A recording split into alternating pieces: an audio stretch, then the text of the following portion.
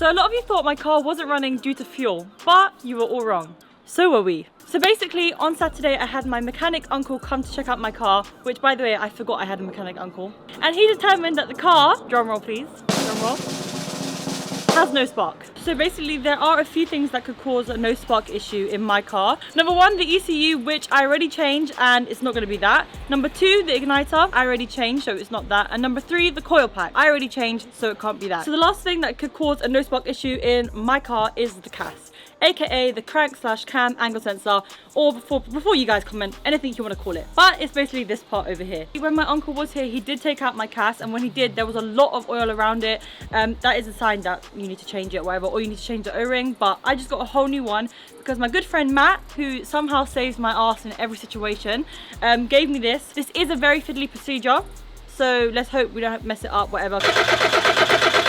Because I know this can fuck up the timing and stuff on the car. We're not trying to do that, but wish us luck and let's see if the car starts. And before we get into it, make sure you guys subscribe. I'm trying to get to 1,500 before the end of the year. And if you subscribe, you might see more of this mini moto because, you know, we've got things to do.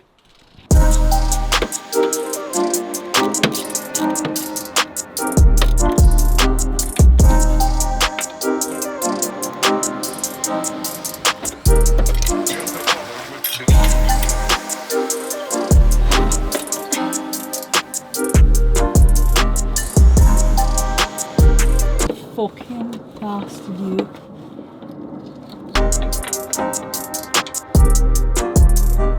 Yeah. Alright, so we managed to get the old one out. To be honest, Robert did, because I swear that was the most fiddly thing of my life. And this is now, to get this back in, it's gonna be even harder, to be honest. So basically my uncle already cleaned this one up, so it is a lot cleaner than when we first took it out. So it's not really a very good direct comparison, but this is the old one, this is the one we're gonna put in.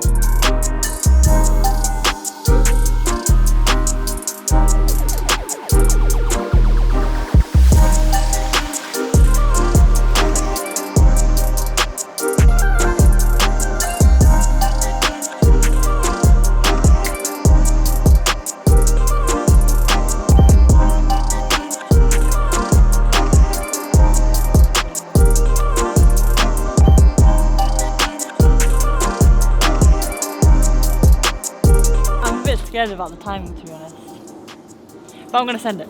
Right, everything's back together. Right. May you do the honours. Make sure I stay in neutral. Do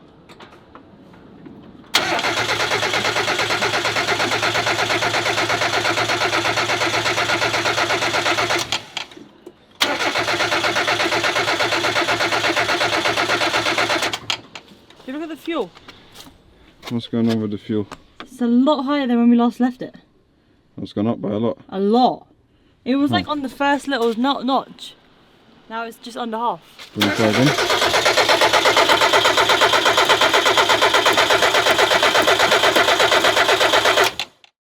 Okay, so we're on day 2 now, and as you guys saw yesterday, I did change the CAS and the car still didn't run. The problem still is that the car does not have any spark. That's the only thing we actually know for 100% sure. The car has no spark. We honestly don't know what the hell to do because we've changed everything we can think of to do with spark in my car, and the car's still not running. We already have changed the igniter, we've changed the coil packs, we've changed the ECU, and the last thing was this CAS, which is the cam crank angle sensor. It's literally not working, and I'm just so fed up of this car now. It is always not as sweet and rainbow daisies as it might seem. You're always going to encounter problems like this. You kind of just have to have the time and money and mental positivity to get through these kind of sad times, because I swear to God, the car at one minute will make you feel like the happiest person in the world, and then overnight you can be the most depressed person ever. This is starting to get so annoying for me because literally the problem's been going on since I took the car off the road. I originally took the car off the road just to do the bushings and install the body kit. It started then, and I've tried literally so many things. At some points I thought we hit the spot, we hit the thing. I was so happy. And it was actually running at one point, running and stopping, but now, yeah, it's not starting. Yeah, I mean, the only good thing I can tell you guys for sure is that the engine is good, the engine has compression, which is kind of the main part, right?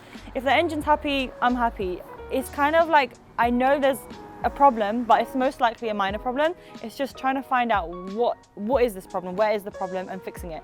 It's probably gonna be something where I look at and think, fuck me, why didn't I try that sooner? Something so minor here, but Right now, that's not the situation. So as you guys can see from the title, I wanted to kind of shed some reality on what it's like to own a project car and kind of give some advice for if you have one and you're kind of in the same situation as me, or you're looking to get a project car. The first one, which is kind of the most important one, any budget you set for yourself, whether that's a time budget or a money budget, make sure you double it, even triple it, because it never goes to plan. Literally, you can be changing your brakes, simple tasks, right? And something will happen where fucking, I don't know, it won't have to be done in a day. But mostly, if you're buying a project car to learn shit about cars, just double or triple whatever you plan. So one of my second tips, and this really relates to me, especially right now, is have space. So right now, I'm literally working on my driveway outside my house. I have no space. It's turning into winter right now, guys. It's freezing cold. I know I'm wearing a crop top because a home never gets cold, I guess. I don't have a unit to work in my cars. And even last year when I was working on my boyfriend Robert's E36, we were working in the snow.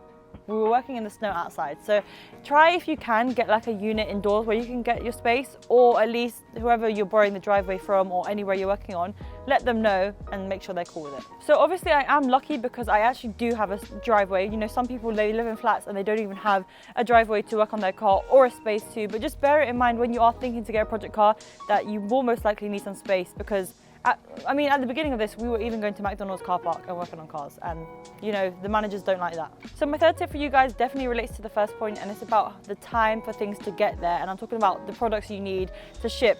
And this is especially if you're working on older cars, because these kind of parts are not as available. My body kit, that took 2 to 3 months to arrive, and that was a proper headache to get hold of. My harnesses, they're from America, so can you imagine the shipping for that? Plus the, what's called customs, that was also expensive. So yeah, factor that in, because it does affect the time length of your build and the money as well, because it just adds up. So my tip number 4 is basically not to give a shit about anyone else's opinion. And that's because, you know, people are always going to say do it this way, do it that way, but you need to do however you want to do your build. And people, if they want to do it that way, they can just buy that car and do it that way if they want to. And especially if you're new to cars, you're going to get a lot of criticism if you don't know what to do, but you have to remember, like, everyone starts from somewhere. I know there's a lot of girls who are watching my YouTube channel as well, and this definitely directs to you because it relates to me as well. People are going to say shit. You don't have to know how to work on cars to be a car guy, or even if a guy, you don't have to be a car guy to know how to work on cars. There's so many different variations of it. The main thing is, don't give a fuck, be open to learning. If you don't want to work on your car, get a mechanic to do it, who cares? And the thing is, you're going to learn from mistakes. Like me, I'm still learning every day. I learned from literally just picking up sockets and passing it to Robert on the car. Like, is no time scale to this thing. If you haven't learned when you're a kid, doesn't mean you can't learn now. It's just something, you know, you're going to make mistakes. When I get this car on the road, I'm going to learn some more shit that I didn't know and pass that knowledge on. Just because you're a woman or you're a guy that don't know as much as your friends do, doesn't mean you can't learn. The best way to do it, honestly, like with a project car, if you kind of want one but you're not sure if you'll be able to handle things, know what to do, is just fucking do it. Like, if the worst comes to worst, what's going to happen? You're just going to park the car out or sell it. Or you're going to hate the car, which I already do anyways, but I love the car, but just do it. Like, if you have that feeling that you want to get a project car, project bike even, just do it, because if you don't do it, it's always going to be in your back of your head to do it, no matter what your family tell you, what your friends tell you. Can you imagine my mom's reaction when I bought this car home? I sold my BMW and got this car. Like, can you imagine the criticism I faced in my house alone, let alone friends, let alone fucking the community on social media? Like, just fuck it and do what you want to do. And my last tip is make sure you enjoy it. The thing is, if you don't have a passion for cars, you're not going to be able to commit to do it, any project car, because you're going to face so many barriers that if you don't have the heart for it and don't have the passion, you're going to fail at the first barrier. You're not going to push through it. Like, for me, I know, because I love this car, I love building cars, I love learning, no matter what happened to this build, I'm not going to regret anything. Listen, long story short, with all these tips, make sure you have time, make sure you have money, make sure you have space, and make sure you do not give a fuck when it comes to buying a project car, buying a project bike, whatever it is. This is just the start of many projects, to be honest with you. And I know people might have a lot of things to say, but people are always going to say anything. You know, guys, who gives a fuck? Buy that project car, this is your sign. So yeah, going forward with the car not starting, like I said, I don't know what to do at this point. I'm literally at my ends with it. So I'm just going to forget about that problem. And instead, I'm going to get the car ready to go on the tow truck down to Matt's, which is my MX-5 buddy, who's actually saved my life in every situation, saved my car life in a lot of situations. And we're going to go down there to paint it. But while I'm there painting it, I am going to see if he can try get the car running. Listen, he knows a lot more about MX-5s than I do. He's turboed his MX-5. He has a lot more spare parts there for me to like switch. Maybe I'll try another igniter, try the coil pack again. Maybe just a little simple task will fix it, and maybe I've fucked up along the way and missed something. But yeah, so that's going to be the last video on my car not starting until we get down there, to Matt and hopefully, fingers crossed, get this piece of shit alive, because yeah, I know a lot of you want to see it on the road and I want to send it. So in the meantime of the paint arriving, I am going to be doing next week a DIY alignment here with my steering rack at home. So obviously better to get on the tow truck straight. I'm going to be sorting out my brakes, and I think there's a few things under the suspension I need to tighten up a little bit. I do need to take the body kit and everything off as well, but I don't know if I'm going to film that because it's pretty boring. But yeah, I do have a few things to do before I get it on the tow truck and get it down to Matt's while the paint's going to be arriving anyways. Stick around, subscribe, and you might learn something from this channel.